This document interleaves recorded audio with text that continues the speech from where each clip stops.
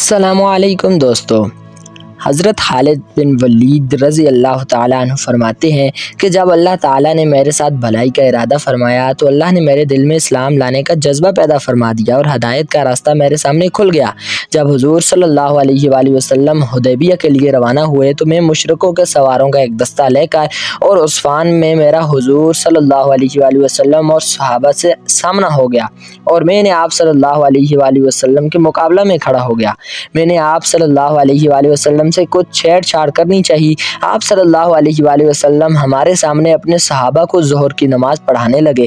ہم نے سوچا کہ ہم نماز کے دوران ہی آپ صلی اللہ علیہ وآلہ وسلم پر حملہ کر دیں، لیکن ہم کسی فیصلے تک نہ پہنچ سکے، اس لیے ہم نے حملہ نہ کیا اور اسی میں خیر تھی۔ آپ صلی اللہ علیہ وآلہ وسلم کو ہمارے اس ارادہ کا پتہ چل گیا، یعنی اللہ تعالیٰ نے آپ صلی اللہ علیہ وآلہ وسلم کو بتا دیا۔ چنانچہ آپ صلی اللہ علیہ وآلہ وسلم نے صحابہ کو عصر کی نماز صلاۃ الخوف کے طریقے پر پڑھائی۔ اس بات کا ہمارے دلوں پر بہت گہرا اثر پڑا اور میں نے اپنے دل میں کہا کہ اس آدمی کی حفاظت کا مستقل غیبی انتظام ہے۔ آپ صلی اللہ علیہ وآلہ وسلم ہم سے ایک طرف ہو گئے اور ہمارے گھوڑوں کا راستہ چھوڑ کر دائیں طرف چلے گئے۔ جب آپ صلی اللہ علیہ وآلہ وسلم نے حدیبیہ میں قریش سے صلح کر لی اور قریش نے آپ صلی اللہ علیہ وآلہ وسلم کو زبانی جمع خرچ سے واپس کر کے اپنی جان بچائی تو میں نے اپنے دل میں کہا اب کون سی چیز باقی رہ گئی ہے، اب میں کہاں جاؤں۔ میں اسی سوچ بچار میں تھا کہ اچانک حضور صلی اللہ علیہ وآلہ وسلم عمرہ کی قضا کرنے کے لیے مکہ میں تشریف لائے۔ میں مکہ سے غائب ہو گیا اور آپ صلی اللہ علیہ وآلہ وسلم کی آمد پر میں حاضر نہیں ہوا اور میرے بھائی ولید بن ولید بھی حضور صلی اللہ علیہ وآلہ وسلم کے ساتھ اس عمرہ میں مکہ آئے۔ انہوں نے مجھے بہت تلاش کیا لیکن کہیں نہ پایا تو انہوں نے مجھے ایک خط لکھا جس کا مضمون یہ ہے: بسم اللہ الرحمن الرحیم، اما بعد، ابھی تک اسلام لانے کی تمہاری رائے نہیں بنی؟ اس سے زیادہ عجیب بات میں نے کوئی نہیں دیکھی، حالانکہ تم بہت عقل مند ہو۔ اسلام جیسے مذہب سے بھی کوئی ناواقف رہ سکتا ہے؟ حضور صلی اللہ علیہ وآلہ وسلم نے مجھ سے تمہارے بارے میں پوچھا تھا کہ خالد کہاں ہے؟ میں نے کہا اللہ تعالیٰ ان کو ضرور لے آئیں گے۔ آپ صلی اللہ علیہ وآلہ وسلم نے فرمایا خالد جیسا آدمی بھی اب تک اسلام سے ناواقف ہے، اگر وہ اپنی ساری قوت اور محنت مسلمانوں کے ساتھ لگا دیتے تو ان کے لیے زیادہ بہتر تھا اور ہم ان کو دوسروں سے آگے رکھتے۔ اے میرے بھائی، خیر کے بہت سے مواقع تم سے رہ گئے، اب تو اس کی تلافی کر لو۔ حضرت خالد بن ولید رضی اللہ تعالیٰ عنہ فرماتے ہیں کہ جب مجھے میرے بھائی کا خط ملا تو میرے دل میں مدینہ جانے کا ایک شوق پیدا ہوا اور اسلام کی رغبت بڑھنے لگی، اور مجھے اس بات سے بہت خوشی ہوئی کہ حضور صلی اللہ علیہ وآلہ وسلم نے میرے بارے میں پوچھا۔ اور اس زمانے میں نے ایک خواب دیکھا تھا کہ میں ایک قحط زدہ اور تنگ علاقہ میں ہوں اور میں وہاں سے نکل کر ایک سرسبز اور وسیع علاقے میں پہنچ گیا ہوں۔ میں نے کہا یہ سچا خواب معلوم ہوتا ہے۔ جب میں مدینہ آیا تو میں نے اس خواب کا حضرت ابوبکر صدیق رضی اللہ تعالیٰ عنہ سے تذکرہ کیا۔ انہوں نے یہ تعبیر بتائی کہ علاقے کی تنگی سے مراد وہ شرک ہے جس میں تم مبتلا تھے، اور اس تنگ علاقے سے نکلنے سے مراد اللہ کی طرف سے اس اسلام کی ہدایت کا مل جانا ہے۔ جب میں نے حضور صلی اللہ علیہ وآلہ وسلم کی خدمت میں حاضری کا پختہ ارادہ کر دیا تو میں نے سوچا کہ حضور صلی اللہ علیہ وآلہ وسلم کی خدمت میں حاضری کے لیے کسی کو اپنے ساتھ لے لوں۔ اس سلسلے میں صفوان بن امیہ کے پاس گیا اور میں نے اس سے کہا اے ابو وہاب، کیا تم نہیں دیکھتے ہو کہ ہم کس حال میں ہیں؟ ہماری تعداد دھاڑوں کی طرح کم ہوتی جا رہی ہے اور محمد صلی اللہ علیہ وآلہ وسلم عرب و عجم پر غالب آتے جا رہے ہیں۔ میرا خیال یہ ہے کہ ہمیں محمد صلی اللہ علیہ وآلہ وسلم کی خدمت میں حاضر ہو کر ان کا اتباع کر لینا چاہیے، کیونکہ محمد صلی اللہ علیہ وآلہ وسلم کی عزت ہماری عزت ہے۔ لیکن صفوان نے سختی سے انکار کر دیا اور کہا میرے علاوہ اور کوئی بھی نہ بچا تو میں ان کا اتباع ہرگز نہیں کروں گا۔ میں اسے چھوڑ کر چل دیا اور میں نے کہا اس آدمی کے بھائی اور والد کو بدر میں قتل کیا گیا تھا، اس لیے یہ مان نہیں رہے۔ پھر میری ملاقات اکرمہ بن ابی جہل سے ہوئی۔ میں نے ان سے وہی بات کی جو صفوان بن امیہ سے کی تھی۔ انہوں نے صفوان بن امیہ جیسا جواب دیا۔ میں نے ان سے کہا میری اس بات کو چھپائے رکھنا۔ انہوں نے کہا اچھا، کسی کو نہیں بتاؤں گا۔ پھر میں اپنے گھر گیا اور اپنی سواری کو تیار کروایا۔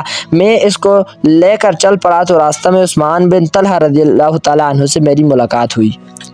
میں نے کہا یہ میرا دوست ہے، لاؤ اس سے بھی اپنی بات کر کے دیکھوں۔ پھر مجھے خیال آیا کہ اس کے آباء و اجداد بھی مسلمانوں کے ہاتھوں قتل ہو چکے تھے، تو میں نے ان سے ذکر کرنے کو مناسب نہ سمجھا۔ پھر میں نے کہا کہ ان سے ذکر کرنے میں کیا حرج ہے، میں تو اب جا ہی رہا ہوں۔ چنانچہ اسلام کے خلاف ہماری محنت کا جو نتیجہ نکل رہا ہے وہ میں نے ان کو بتایا، اور میں نے یہ بھی کہا ہماری مثال اس لومڑی کسی ہے جو کسی سوراخ میں گھس گئی ہو، تو اگر اس سوراخ میں ایک ڈول بھی پانی ڈال دیا جائے تو لومڑی کو نکلنا پڑے گا۔ وہ فوراً مان گئے۔ میں نے ان سے کہا میں تو آج ہی جانا چاہتا ہوں اور میری سواری فج مقام پر تیار بیٹھی ہے۔ ہم دونوں نے آپس میں مکہ سے باہر مقام یایج پر اکٹھا ہونا طے کیا کہ اگر وہ مجھ سے پہلے وہاں پہنچ گئے تو میں وہاں ان کا انتظار کروں گا، اور اگر وہ مجھ سے پہلے پہنچ گئے تو وہ میرا انتظار کریں گے۔ چنانچہ صبح سحری کے وقت ہم لوگ گھروں سے نکلے اور طلوع فجر سے پہلے ہی ہم لوگ مقام یایج پر جمع ہو گئے۔ پھر وہاں سے ہم دونوں روانہ ہوئے۔ جب ہم حدہ مقام پر پہنچے تو وہاں ہمیں حضرت عمر بن عاص رضی اللہ تعالیٰ عنہ ملے۔ انہوں نے کہا تم لوگوں کو خوش آمدید ہو۔ ہم نے کہا تمہیں بھی خوش آمدید ہو۔ انہوں نے پوچھا کہاں جا رہے ہو؟ ہم نے کہا تم گھر سے کس ارادے سے چلے ہو؟ انہوں نے کہا آپ لوگ گھر سے کس ارادے سے چلے ہو؟ ہم نے کہا ہمارا ارادہ تو اسلام میں داخل ہونے کا ہے اور محمد صلی اللہ علیہ وآلہ وسلم کے تبع کرنے کا ہے۔ انہوں نے کہا میں بھی اسی وجہ سے آیا ہوں۔ ہم اب تینوں ساتھ ہو لیے اور مدینہ جا پہنچے اور حرا میں اپنی سواریاں بٹھا دیں۔ حضور صلی اللہ علیہ وآلہ وسلم کو ہمارے آنے کی خبر ملی، جس سے آپ صلی اللہ علیہ وآلہ وسلم بہت خوش ہوئے۔ میں نے اپنے صاف ستھرے کپڑے پہنے اور حضور صلی اللہ علیہ وآلہ وسلم کی جانب چل پڑا۔ راستہ میں میرے بھائی مجھے ملے۔ انہوں نے کہا جلدی کرو، حضور صلی اللہ علیہ وآلہ وسلم کو تمہاری خبر مل چکی ہے اور وہ تمہارے آنے سے خوش ہیں اور تم لوگوں کا انتظار کر رہے ہیں۔ ہم تیز چلنے لگے۔ جب میں نے آپ صلی اللہ علیہ وآلہ وسلم کو دور سے دیکھا تو آپ صلی اللہ علیہ وآلہ وسلم مجھے دیکھ کر مسکراتے رہے، یہاں تک کہ میں نے آپ صلی اللہ علیہ وآلہ وسلم کے قریب آ کر یا نبی اللہ کہہ کر سلام کیا۔ آپ صلی اللہ علیہ وآلہ وسلم نے کھلے ہوئے چہرے کے ساتھ سلام کا جواب دیا۔ میں نے کلمہ شہادت پڑھا، انی اشہد ان لا الہ الا اللہ وانک رسول اللہ۔ آپ صلی اللہ علیہ وآلہ وسلم نے فرمایا آگے آؤ، تمام تعریفیں اس اللہ کے لیے ہیں جس نے تم کو ہدایت دی۔ تمہاری عقل و سمجھ کو دیکھ کر مجھے یہی امید تھی کہ تمہیں خیر ہی کی توفیق ملے گی۔ میں نے عرض کیا یا رسول اللہ، میں جن لڑائیوں میں آپ کے مقابلہ میں حق کے خلاف لڑا ہوں مجھے اس کا بہت خیال آ رہا ہے۔ آپ صلی اللہ علیہ وآلہ وسلم میرے لیے اللہ تعالیٰ سے دعا کریں کہ اللہ تعالیٰ ان سب کو معاف فرما دے۔ آپ صلی اللہ علیہ وآلہ وسلم نے فرمایا اسلام اپنے سے پہلے کے تمام گناہ مٹا دیتا ہے۔ میں نے کہا آپ صلی اللہ علیہ وآلہ وسلم اس کے باوجود میرے لیے دعا فرما دیں۔ آپ نے فرمایا اے اللہ کے راستے میں روکنے کے لیے خالد بن ولید نے جتنی بھی کوشش اور محنت کی اسے معاف فرما دے۔ پھر حضرت عثمان اور حضرت عمر رضی اللہ تعالیٰ عنہ مجمعین آگے بڑھ کر حضور صلی اللہ علیہ وآلہ وسلم سے بیعت ہوئے۔ ہم لوگ سفر 8 ہجری کو مدینہ آئے تھے۔ اللہ کی قسم ضروری اور مشکل امور میں حضور صلی اللہ علیہ وآلہ وسلم اپنے صحابہ میں سے کسی کو میرے برابر قرار نہ دیتے تھے۔